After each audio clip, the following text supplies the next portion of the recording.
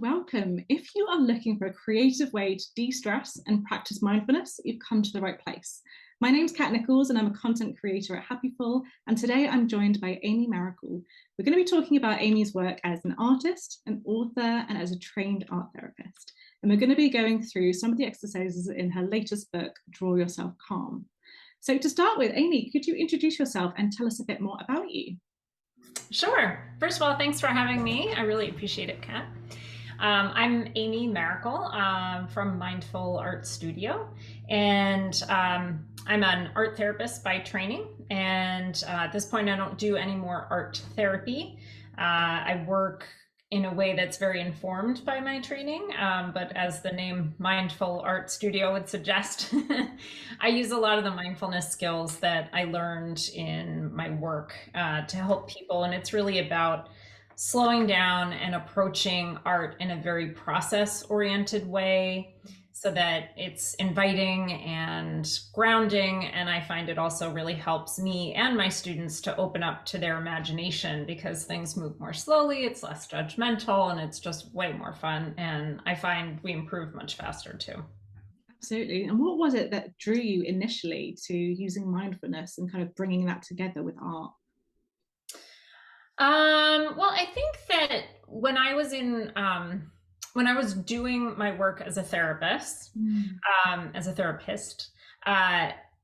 a lot of so I worked a lot with clients who experienced trauma.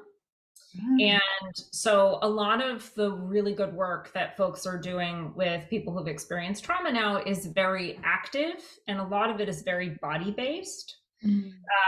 And so expressive therapy and art therapy would be one of those active modalities. But I was also trained in an approach that really helps people use and tune into the body and physical interventions to help regulate emotions. And that really resonated with me as an artist.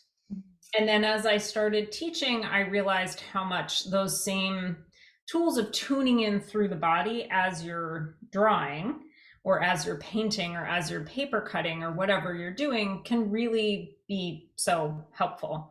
So, I mean, honestly, I started teaching that way in part because I'm a very cautious person. Mm. And as an art therapist, I have to be really careful to be so clear that I'm not doing therapy with anyone, right? Because therapy would be if I was with someone in a treatment setting and there were goals and we were working together towards, these very concrete mental health goals.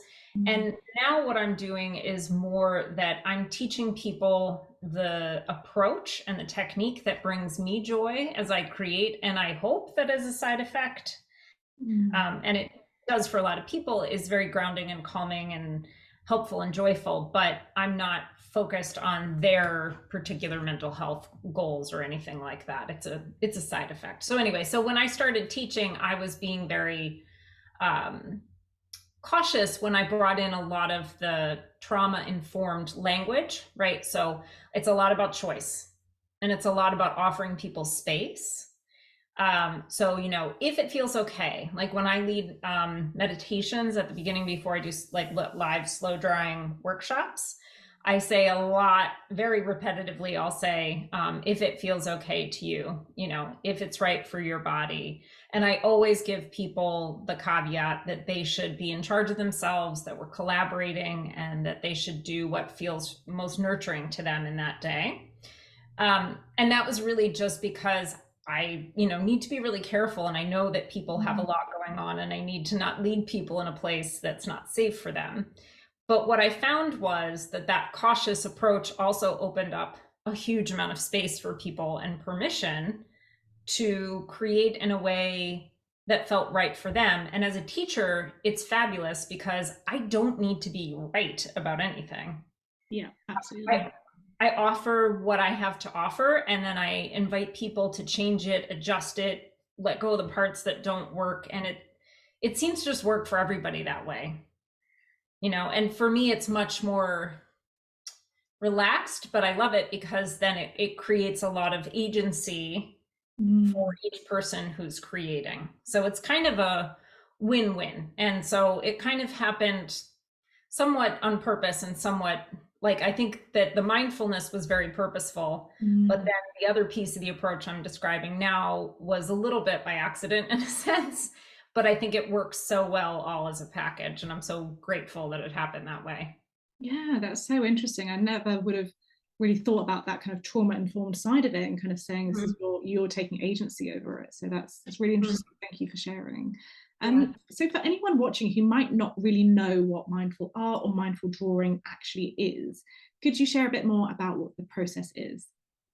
Sure. For me, mindfulness is, and there are a lot of people who I think define mindfulness slightly differently, but this is one, I think, fairly common definition. It's just being aware of what you're doing in the moment. So that's the definition I really kind of cling to. Mm. So, mindful art, obviously, would just be creating art and doing it in a way where you're paying attention to what you're doing. So, for me, because I have that sensory training, I find it's very easy to be mindful or meditatively mindful while you're creating if you tune in through, oh, what is the sound Mm. of the pen on the paper, or what's the texture of the pen in my hand or the page, or can I slow down enough that I see the ink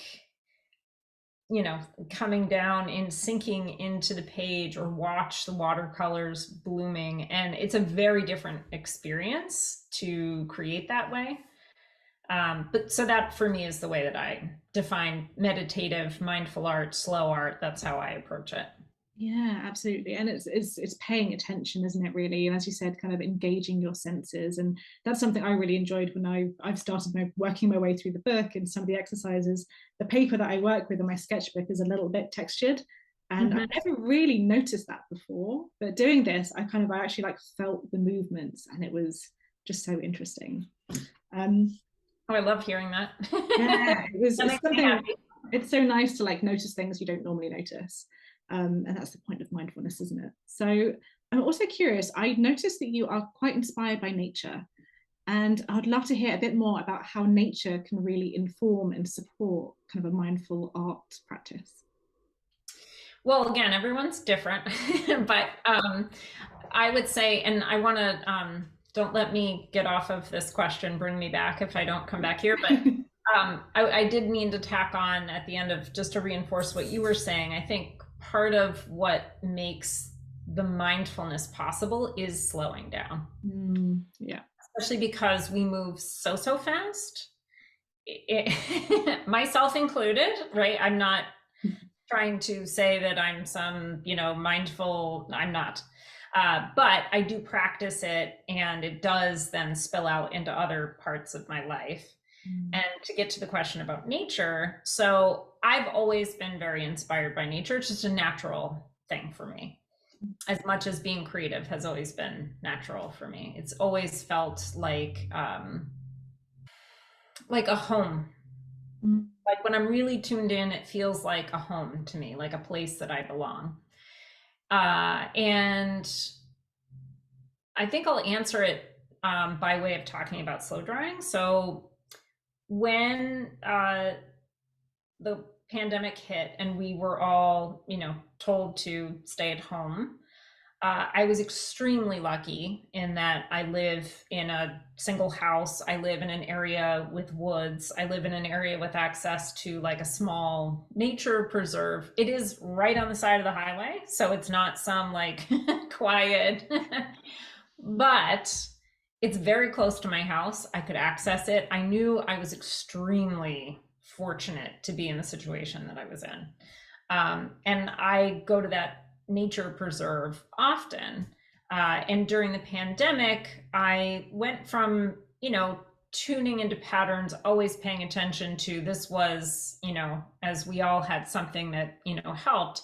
It was my medicine, along with my art. And I started to, I think I have always kind of dwelt in nature and slowed down and looked deeply, but I started doing it even more, right? Because that was the medicine that I needed, that I responded to. And so I've always been interested in nature's patterns, but I started looking so slowly in the same way that I create slowly. And so it really became not on purpose, just by, just happened naturally that I started to look very slowly and very deeply. So if someone were to like watch me, they'd be like, what is this lady doing?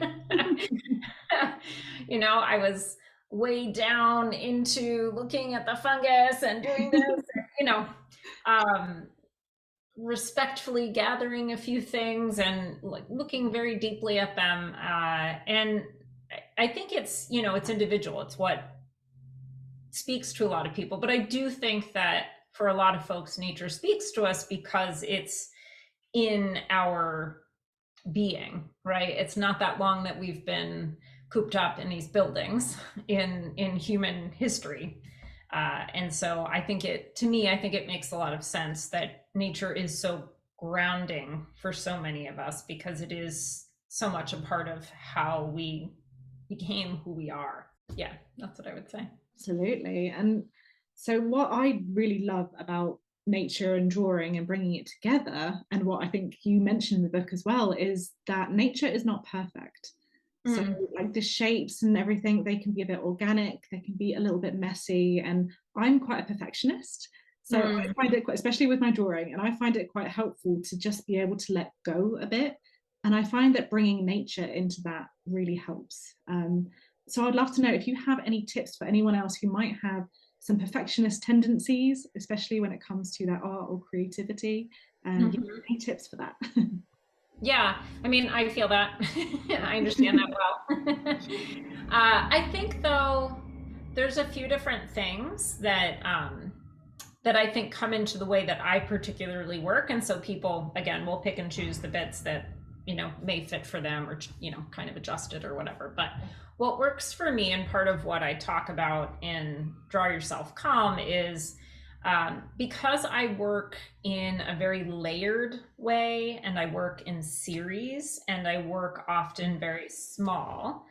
These are three things that for me really lend themselves to creating more art more frequently and taking the same idea and iterating it. So looking at it this way, then that way, then that way, and asking a lot of what if questions, like what if I took this pattern and I did it in a different pen? What if I added watercolor? What if I used my non-dominant hand? What if I combined it with this other pattern? What if I made it really, really big instead of really, really small? Uh, and then, frequently then those small ideas will then translate to, okay, I can see this really works. I'd like to see this in a bigger piece. And then it becomes a lot less scary because you've done, like many artists do, like almost a little thumbnail sketch, but many, many times. And this is not a new, if you look at the masters, right, they do a lot of this in their sketchbooks, and, the artists of today as well, obviously.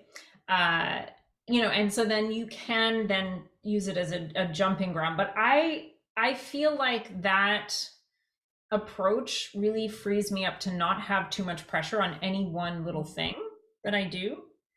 So, if I make a little drawing like this, well, I've made numerous backgrounds that are similar but different, and then I try the exact same thing, maybe with little changes over and over and over again, to really just explore it and see where it might take me.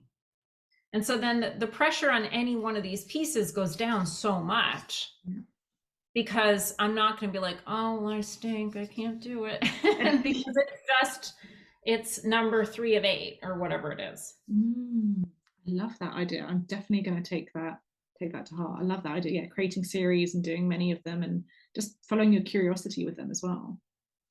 Yeah, because honestly, I think if you talk to many, many artists, at the heart of what they find so exciting and what brings them back is exploring and following their curiosities. And it's very akin to a scientific process, not in the sense that it needs to be regimented, but in the sense of experimentation and exploration and following questions. And I think, well, my knowledge, my experience tells me that the people who are able to do that are the people who are able to sustain an art practice, and they don't get stuck so much because, again, the judgment is out of the way and curiosity is leading. And going back to the conversation before about where therapy ties in and how my practice is informed. Because I have that trauma informed education, I know that when you are curious, then you're in a totally different part of your brain. You're in that front brain that has your executive functions, that helps you do all those higher things in your brain. And it's harder to be in a very overwhelmed, emotionally overwhelmed, flooded place. And so engaging curiosity is also a really great way to not only get into your art, but get into that grounded place. So there's like a number of different things that you can line up in a purposeful way or not in a purposeful way that can help. That's so interesting about, the different part of your brain and how curiosity can help. So that makes a lot of sense because, a lot of anxiety and overwhelm can come from, the more emotional kind of side of our brain. So thank you for sharing that. That's really interesting. Okay, so we've mentioned your book a couple of times. We've got it here, Draw Yourself Calm. And I mentioned before recording that I've started working my way through it. And I'm kind of doing the odd drawing after work to kind of calm down. But I would love to hear more about the book and your kind of intention behind creating it and what you hope people are going to take away from it. I started telling before about how I would take those nature walks.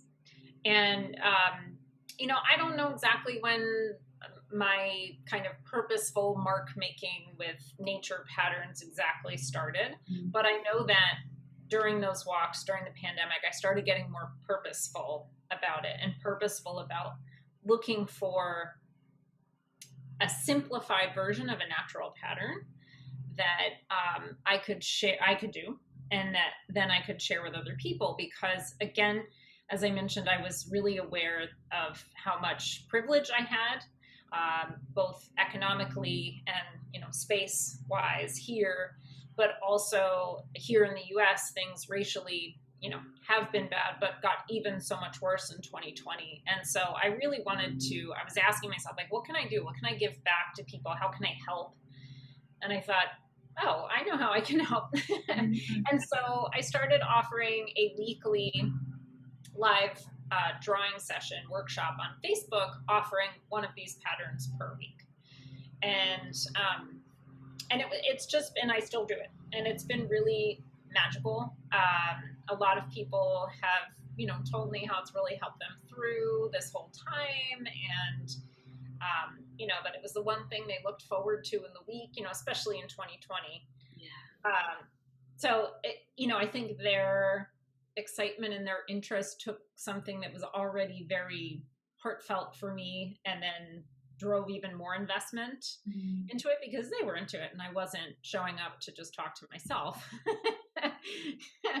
And so of course, I was blogging about it and writing about it. And then I was approached by, the publisher to see if I would like to do a book on it. And I was like, yes. And my formula for the patterns, after I did it for a little bit, I realized, like, if I'm going to make this sustainable and keep it going for a while, it needs to be kind of not in a stale way, but have like a flexible structure to it. And so I decided that all of the patterns should be simple enough that anyone could draw it, but interesting enough that you would want to draw it many times, many different ways. And so it's always a pattern that's done on watercolor paper, and that's simply because I like to have the option to add watercolor to things if I want to.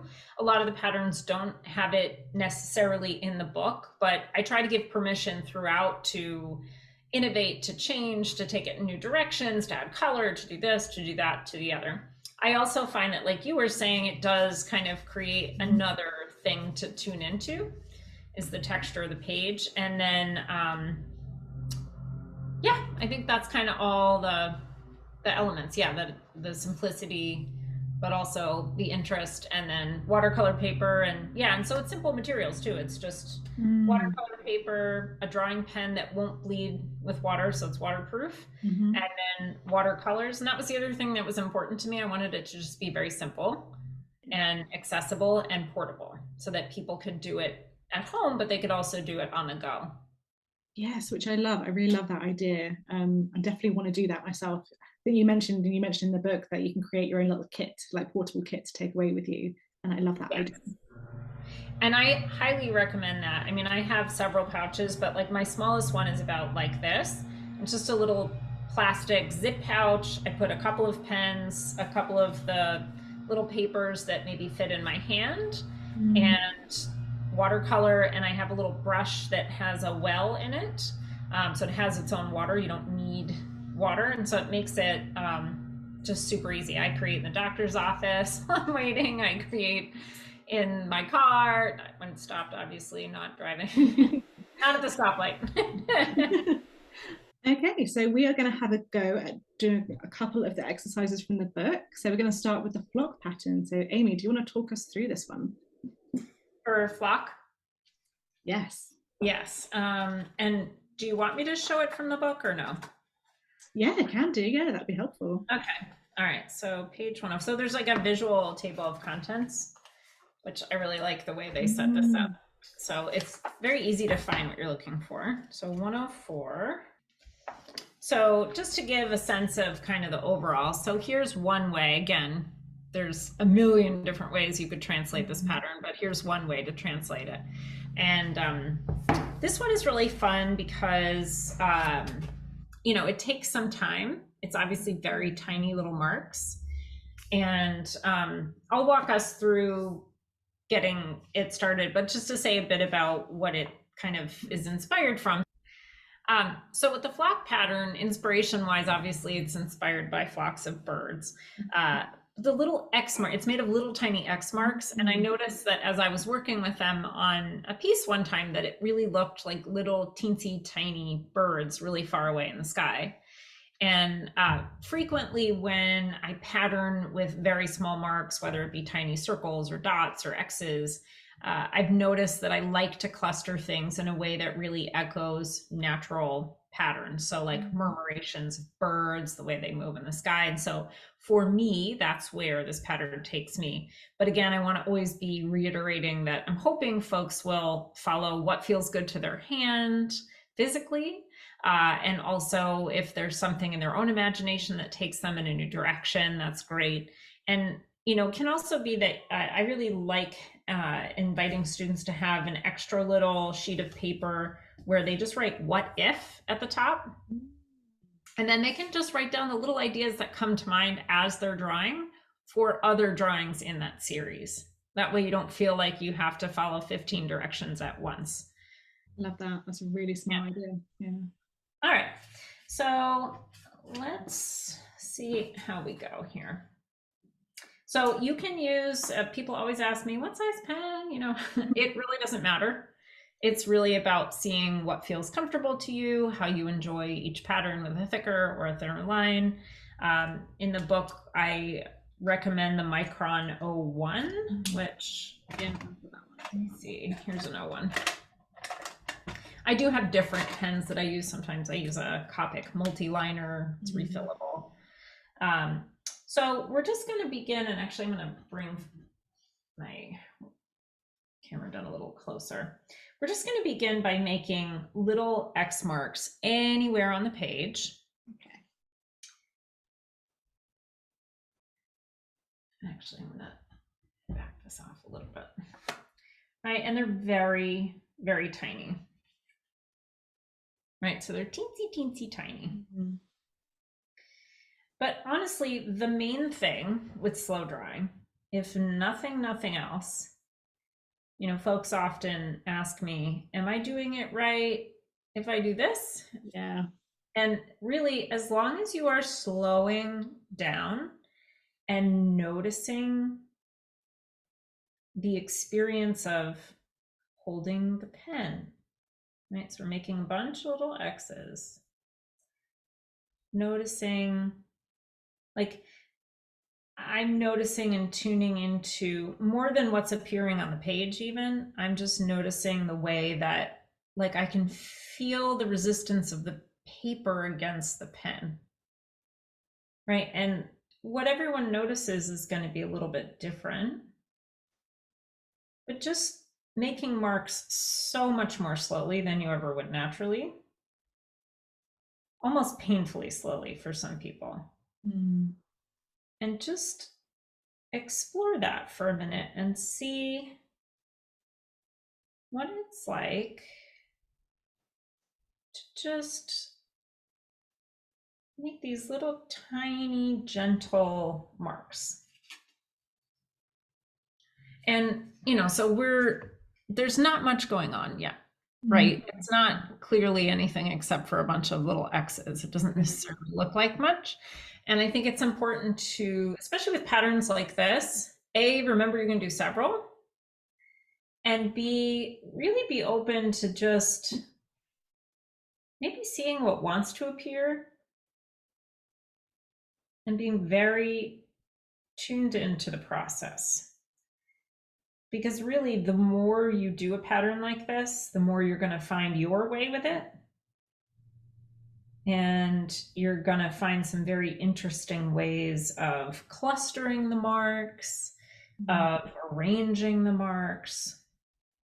But you only find that by just kind of openly, slowly enjoying the process and just letting some marks appear on the page. And I find it's really important to just let my main focus be slowness and gentleness. Mm. So, like, I hold my pen almost like way more gently than I normally would, right? Like, normally I have kind of a tight grip actually, but I try to almost like little baby bird, Mm. right? So it's firm enough that it's not flying away, but it's a little floppy. It's not quite floppy, but almost. Yeah. And just, and playing with what is that gentle grip for each person. Mm. Yeah, I definitely needed that prompt to slow down. It's funny, before you said that, I was kind of going, I was like Yep. almost trying to like complete it. And then as soon as you said slow down, I was Yes. like, oh yeah, that is the point, and to feel it. So yeah, it's a very Well, helpful prompt. well, and it was an excellent comment you just made, because honestly, it's like one of the number one things that comes up, because that's what we're trained to do, right? We're trained to be productive. Yes. And this really seems like it goes against productivity. But again, I would argue that in the long run, if you're concerned about the art part of it, in my experience, I'm far more productive working this way. I like my work far more. I've developed my work far more than if I'm operating out of that productivity, perfectionism place. It's a much more, like we were speaking about, it's exploring what curiosity, right? Just, and then, yes, looking at what's appearing on the page, getting curious about it. Like, oh, I have a couple of those, some of my X's are a lot tinier, some are a bit bigger, right? Even though they're all so tiny. But like, oh, I kind of like the way those teeny tiny ones look, or I kind of like the way those more heavily applied lines look more like a bird kind of, a little bit frantically flying through the sky. Giving yourself permission to slow down and just notice. Yeah, I think as you said, you mentioned the what if prompt. I think that was good because I was just noticing quite a lot of mine were close together, and I thought, oh, what if I add like a rogue one over here? And oh, I like Yeah, how that looks. I'm going to add more of that. So yeah, yeah, I love that. yeah. What if is a really powerful question in all of life. Yeah. True. I find the more I slow draw and walk slowly in nature, because of course for me they're very connected, the more it does translate into other parts of my life. And there's some parts that I I needed to translate more. But I'm working on it. And it does help. I notice I'm able to have more pause. Mm, I definitely. notice that I naturally slow down at times when I wouldn't have before. And it does help me be less reactive and be more tuned in. And at times, yeah, I mean, I see more beauty. I see more funny things and what have you. I still miss plenty. I'm still mindless plenty of the time. Mm. But for me, it's a really great tool. Yeah, something I noticed again. I think you mentioned this at the start of the book about taking pictures of things that inspire you when you're out for Yes. walks. I did that. I went for a walk recently at the weekend, I think, and I was just looking at the flowers and I was like, oh, that's an interesting pattern. And because I was kind of looking out for patterns, I Yes. I made a priority to go over and take a picture of it so I could go home and like sketch it when I got home. And yeah, it's Oh, just that's tuning in, isn't awesome. it? Yeah, it is. And I mean, I have a lot of students who, it's very sweet. They'll say like, "Oh, I'm obsessed with lichen now." Lichen's one of the patterns in the book.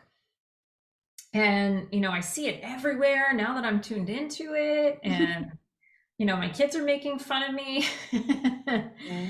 But I mean, it's great because, when you start to tune into something, whatever it is, you do start to notice it more. Mm, And if you're tuned into something that's ubiquitous, it's all around you, that brings you joy, then that to me seems like a good thing. yeah, absolutely. Mm. Yeah, and like there's a section in the book where I show how to, take those photos, for example, and then try to extrapolate, not try to extrapolate a pattern of your own. Because of course that's what I really hope. Like my real hope is that people, I mean, for some folks, copying the pattern will feel like enough. That will be satisfying and that will be helpful. Um, but I mean, for the folks it feels right for, my real hope is that they find that this is like a flexible structure Mm. that helps them find their own way with their art process and the things that make them excited and curious in the world that then they can make more art about. Mm, absolutely. Love that. And the other thing I have been doing, but I haven't really mentioned, is turning the page. And again, these are so tiny, it's very easy to do. If you turn your page frequently, it really helps to get a different vision. And I frequently hold my piece at arm's length or Mm. even further, and it just changes dramatically. Yeah. Yeah, it's so true because you can be quite close up when you're doing it, like, Right. yeah, get a different Mhm. perspective when you lean back. Yeah. So like, you know, and flock takes a long time, clearly. So, But that's great too, right? Because going back to what I was saying about, carrying a portable art kit and whatnot, uh, you can make a few X's in mm, the in-between moments. In-between moments are really powerful with this kind of art. You can really accomplish a lot and slowly still, mm. and I find I can dive in pretty quickly. Yeah, that's a really great idea because I must admit, so far I've been tackling these to try and do it all at once and like sit down and like have a session and complete it. But I really like, especially with ones like these, I think that's why I rush sometimes because I'm like, oh, I want to do it all, so I want to get it all done. Yeah. But I love that idea of actually just setting it down for the day and then picking it up another time and slowly Hmm. working on it. That's a really lovely idea. Yeah, it's a mind shift Mm. that I think is very freeing for probably a lot of things. I mean, I guess maybe it's not so helpful if you are supposed to do an ab workout and you only do half of it. But I suppose, yeah, I mean, I don't know. It just, everyone needs to tune into what works for them, but I find it helpful. Yeah. How is yours coming along, Kat? Yeah, we're getting somewhere. I've got quite a big piece of paper, so I'm just starting at the bottom there. Mm, But yeah, that's fun. so I think I will leave that one for Very now fun. and we'll come back to it Yeah. when I've got some time. Yeah. Well, Yeah. and that's great too, right? Because now you have a page in your journal where something is already, you don't have to think of what to do. No, exactly. And I love that because there's nothing worse than a blank page and not knowing what to draw on it. Yeah, and again, I think so when you're working then in a bigger spot and in a journal page, I think it's a good opportunity right now to just kind of point out. I think it's important, or I find it helpful to still have that same attitude of not necessarily finished drawing, but exploration space. Like I have pages and pages and pages of the same pattern, just explored in slightly different ways. And to like let go of like, oh, the page needs to look totally finished and perfect and da da da. Let it be an exploration space. And then if you find something you love, you could always do it in a more finished space. Yes, exactly. Yeah, the thing that you really pick up on, you decide you want to expand on it or just do it. Yes. Yeah, love that. And that takes a lot of the pressure off too. Yeah, brilliant. All Okay, right. thank you much. So we want to do one more pattern, is that right? Yeah, let's have a look. I'm wondering, let's see. So we did something very small and clustery. We should probably do something a little bit bigger. Yeah. And like kind of different. So I'm wondering about maybe the lichen or let's see here. Maybe muscle or core or edge. Let's look at, let's do the lichen. That looks really cool. Yeah, and I think it's a nice contrast to what we just did. Yeah, exactly. And actually, it's a great example of how you could combine as well. Like I feel like you could do interesting things. So the clustery ones, like with, cells or dots, are always very easy to then combine with other patterns that have like a larger shape. Oh yeah, I think I'll do mine on the same page then. Might do that. And well, that's good too, because then it sort of encourages just the idea of open exploration. Yes, exactly. Not perfection, which is what we want. All right, so I like to give myself the reminder again that this is all about slowness. And that's the main, like if you're going to take one goal, it's slowing down. So let me see, I should probably show the pattern. Okay, so here's one way that one might translate the finished pattern. And then of course I've got like a step-by-step on how to do the shape, and then you can like repeat it. So there's clustering there too, but in a slightly different way. And I would breathe. So it's really about, it's that outside shape of there's a type of lichen that essentially it's called umbilicaria, and it connects at the middle, so like umbilical cord. And so I took that shape and then combined it with another pattern I had done where it was like just kind of all these lines coming into an apex. And so this one is one of the few patterns that has a more geometric element to it. So there's really no right or wrong to any of these, but I like to just kind of get a squiggly line.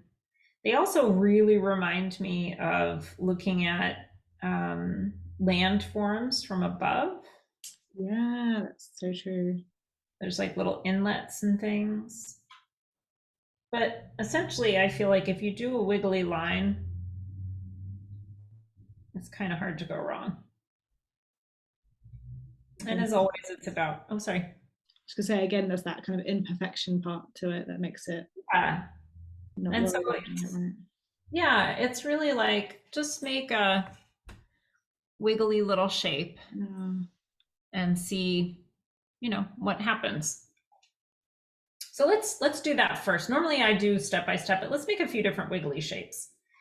And I like to place some of the wiggly shapes right next to each other, because the negative space, so the space in between the shapes, makes really interesting shapes. Mm. right? That has its own shape, right? So in that white space in between, that's a shape too. And Yeah. that's another way to create interest. And then you can experiment with tiny lichen shapes, right? They're like baby lichen or maybe tiny islands if you're thinking about it that way. But always breathing, coming back to the slowness, turning the page. Sometimes just waiting if you're not sure what comes next, and really just kind of slowly allowing the pen to move and tuning into what your hand might like to do.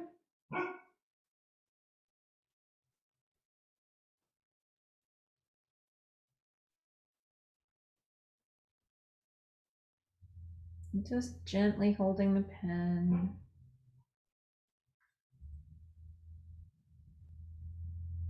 And then you are welcome to keep making the shapes. I'm going to go ahead and start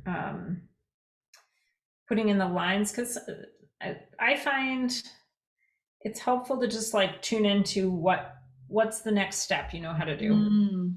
right? Yeah. And so right now I don't know what other shape comes next, but I do know that I would like to see the lines there, and so I'm just going to move on to that next. And sometimes that means moving on to another card too. Okay. Yeah. Right. So like actually let me do that just for demonstration's sake. So I might start a whole new one. Because again, if I'm working in a series, that is good.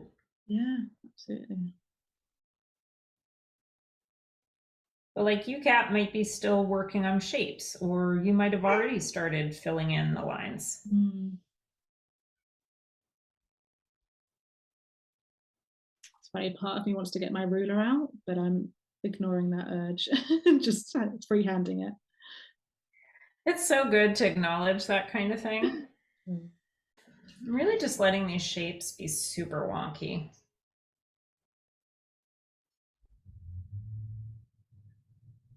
I like to kind of follow the little hills and valleys and just like watch them appear in a way rather than trying to control it so hard. Mm. And then once I'm ready for the lines, I pick a point that looks like the middle to me. And I very slowly and gently start to find my way from the middle out to the edge. And anytime we draw the lines from the middle out to the edge, it's one of those times where it shows up when you're going fast. Yes. It's also a place where, for people who have a shaky hand, which there's plenty of folks who fit in this category, students will often, I can talk, often tell me that they feel frustrated. And my advice is to not fight the shaking. Mm. Absolutely allow the shake and let it be a part of the work. And as long as you have a consistency in the line, it's a pattern. It's going to hold together. It's part of the beauty of patterns is that when there's a sense of consistency, then it all holds together. I always like to talk about this artist, Phil Hansen. He has a great TED talk called Embrace the Shake. He used to do pointillism, Mm. like all the little dots that come together to make pictures. And he developed a serious handshake and it wouldn't go away. And so he had to figure out how to make art in a whole new way. And it led him on this like amazing journey, and his art went so much further. And so you can see based on what I've said why this speaks to me. Yeah, wow. I'll definitely, yeah, I'll check that out. What was his name again? Phil Hansen. Phil Hansen. Perfect. Yeah, Phil, Phil.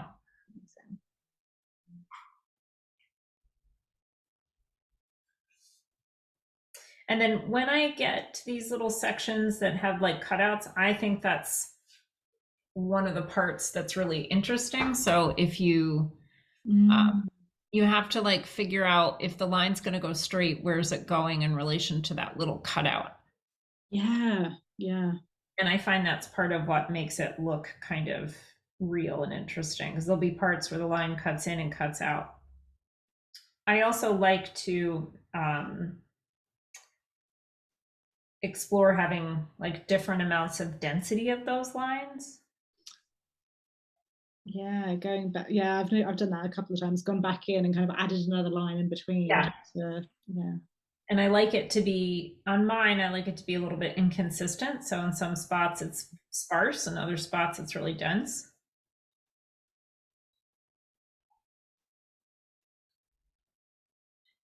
So it's fun to figure out what speaks to each person. Yeah, definitely. I love how it Yeah. naturally gets darker in the middle as well. The more you do it, Yes. the kind of thicker. Yeah. It's cool.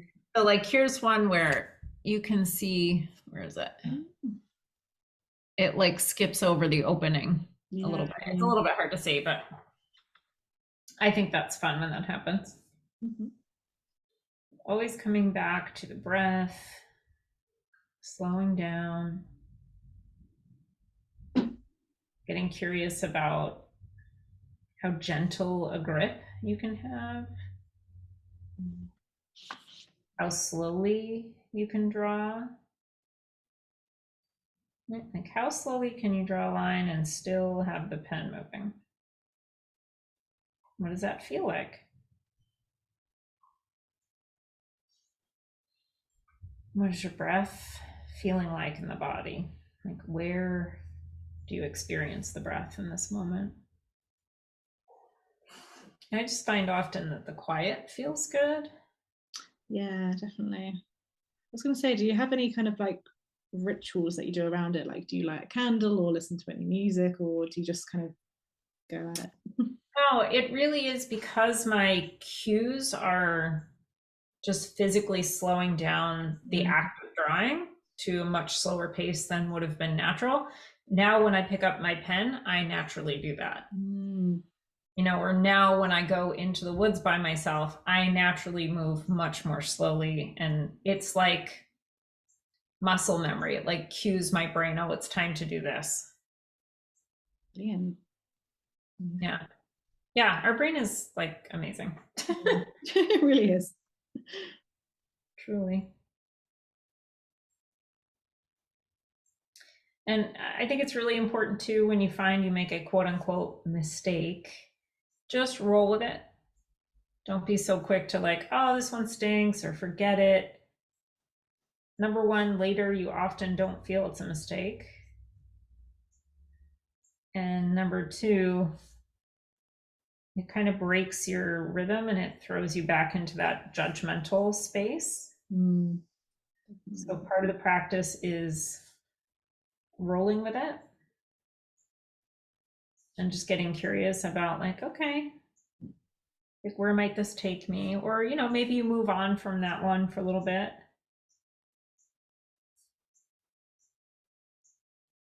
And you might like it in the end, you might not, but it's okay because it's just part of the exploration. I also find the slower I go, the more I kind of know what the next step is because I can hear my imagination because my mind is less busy chattering on the way that it normally does. I think that's what makes this so powerful is there isn't really room to think about anything else. I mean, there is, I guess, but because you're focusing so much on the movement and as you said, the next step and how it looks and you're paying attention, it's just, I mean, that's what mindfulness is, isn't it? It's like quieting the mind chatter, but very Yeah, needed.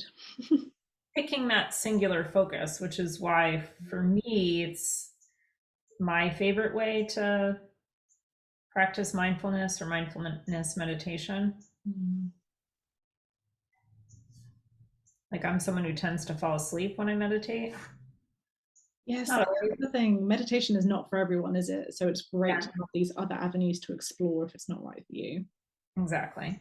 Yeah, and slow drawing won't be for everyone either, and that's okay too. Yeah.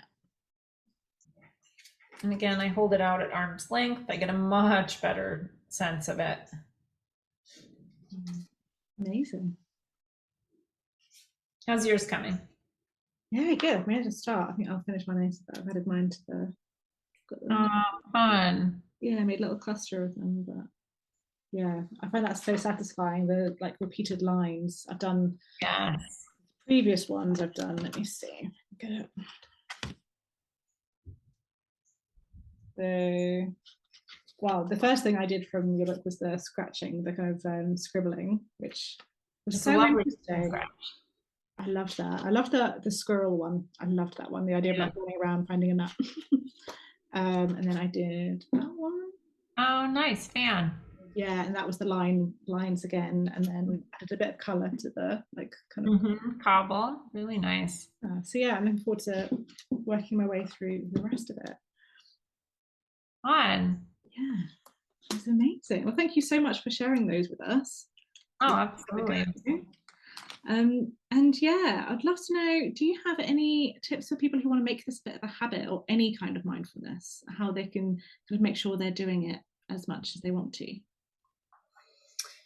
I mean, I think it really goes back to what I was saying before about having a portable art kit. I keep mine even just in my house. And so if I have a few minutes, yeah, if I have a few minutes while the water is boiling, or my son is doing homework and I'm helping him, but he doesn't need me 100%. I could work on, like a pattern like flock where it's like little marks and it's a little bit less kind of engrossing and I can come in and out of it. Yeah. But then also I do definitely make, chunks of time, because that's when you can really truly, like, it's one thing to do it, while my son is doing his homework, but it's a much more nourishing thing when I take half an hour, or more than that, like in the morning or, whenever throughout I mean, obviously for me, this is my work. So it happens at, moments that it wouldn't for others. But when I make those concerted times to just say, and I do, like, there are times where I'm like, I should be doing this other business oriented thing, or, teaching something, preparation or whatever. I just need to sit down and draw slowly and explore and notice my breathing and notice, what I'm feeling. And it does make a huge difference. And I think the more you practice it, the more you get those rewards, the more you want to do it, the more you get curious about where the art piece is taking you, right? Like, oh yeah, I did this, and then I did this one, and then I did the 2 pens on this one, and so now I'm curious about the other, and so it drives you back. Yeah, absolutely. And I think what's great is with your book is having kind of a series of patterns to go through. Like, that's what I'm really enjoying at the moment, is having a starting point. As you said, I like the idea of afterwards maybe knowing, like, I'm going to look out for patterns in nature and copy them myself. But for beginners and to start with, it's very nice to have a set of, like, here are some ideas to do and to follow. A bit like guided meditations, I guess, but in drawing. Yes, exactly. And I do have a intention setting in the beginning of the book where I talk folks through kind of that, tuning into the breath, slowing down, tuning into the body, and letting that be a preparation. And I definitely recommend that for folks that it speaks to them.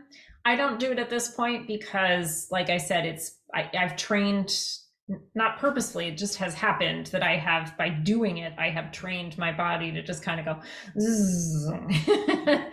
so I don't need I don't have to walk down the path and open the door. I just arrive and I plop in the house and I'm there. Amazing. Yeah.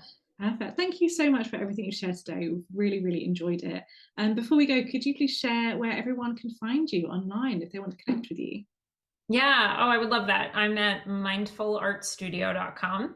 And then on Instagram, I'm at Amy Maricle. And I'm sure you'll have my name spelled so folks can find that. It's Maricle, not miracle. Sometimes people think I'm not a miracle worker. And I'm also on YouTube. I'm on Facebook. Folks can find me in all the places. Brilliant. And I'll make sure to include links to that in the description of the video as well. Thank you so much, Kat. This was really fun. It was really fun to see your work and your translation of it and hear about your experience a little bit.